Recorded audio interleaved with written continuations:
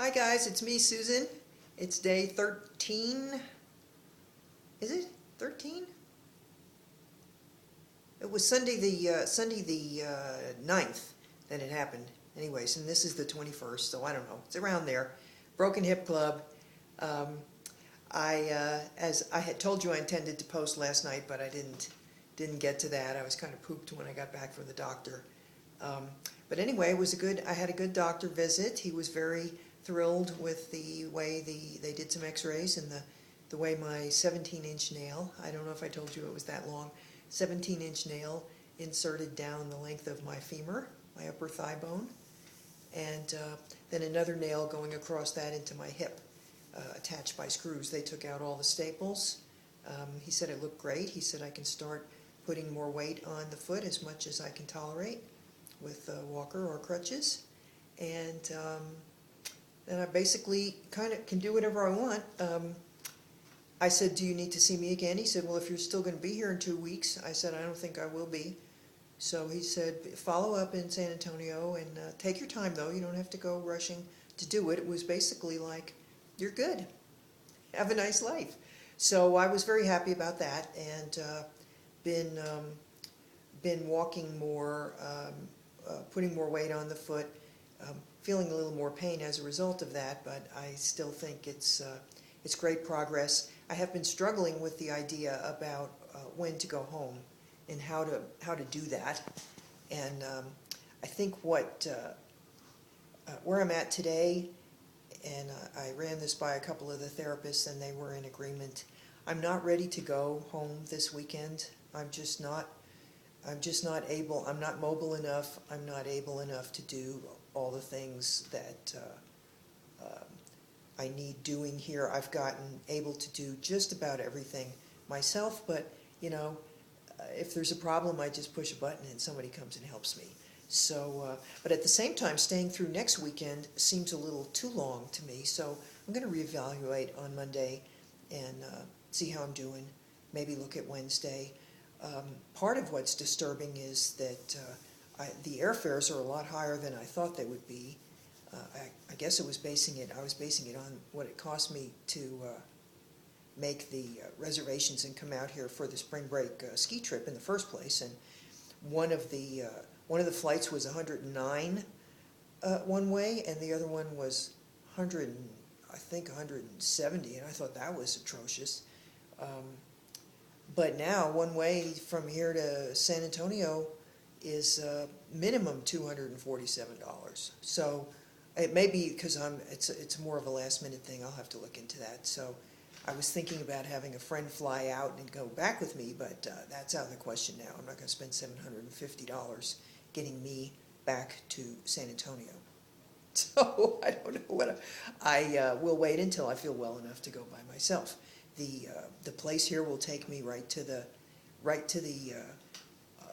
arms of the sky cap at Southwest. They'll put me in a wheelchair and get me right into the plane, and then vice versa on the other end, and then I can have someone meet me at the airport in San Antonio. So that's what I'm going to do. I just don't know when I'm going to do it. In the meantime, I'm working very hard in therapy. It's like having people come and get you. Think about this. It's so cool. People come and get you and take you and help you exercise, watch you exercise, give you ideas of things to do for 2 hours a day.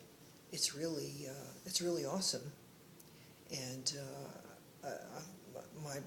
I have a newfound respect for physical and occupational therapists as I see the things that they do. I also have a newfound respect for letting you all know that I've seen the future, maybe 20 years out, for maybe less than probably 15. As I said, all the people here are in their 80s or late 70s, 80s, 90s probably. It's going to happen to all of us. You know, if you're in your 60s at this point and you're not actively working on taking care of yourself physically, you're nuts. You know, it's going to happen anyway. I feel that my great progress has been possible because I was in good condition and used to an exercise routine anyway. It's just real humbling and real kind of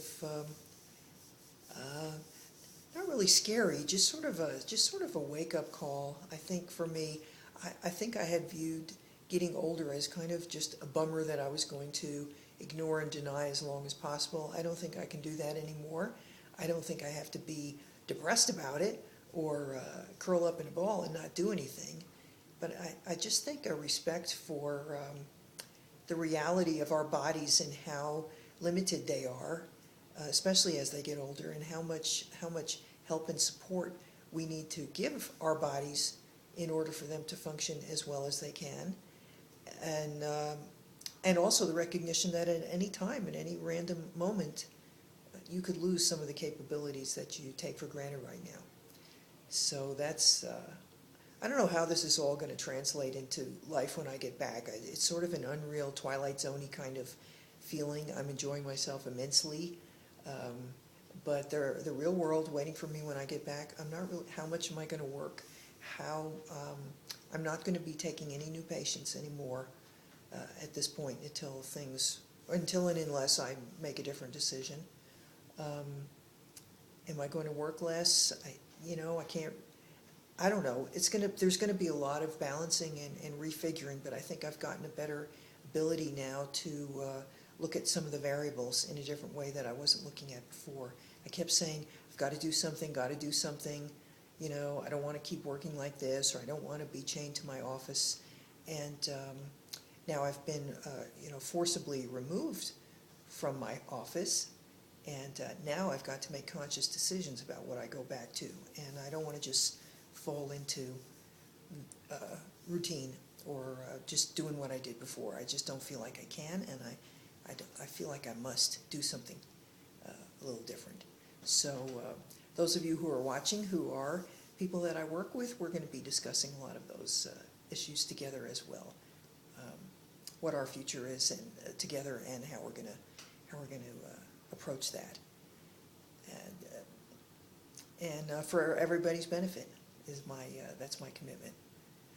Okay, so I guess that's all I know for now. It was a real positive doctor visit, but I don't expect to be back in San Antonio before Wednesday, before midweek next week.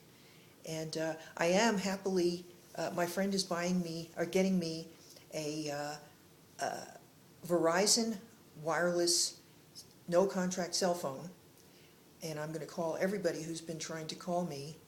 Bless their hearts, bless y'all's hearts. The AT&T network is abysmal here in this location, which is kind of carved into the side of a mountain.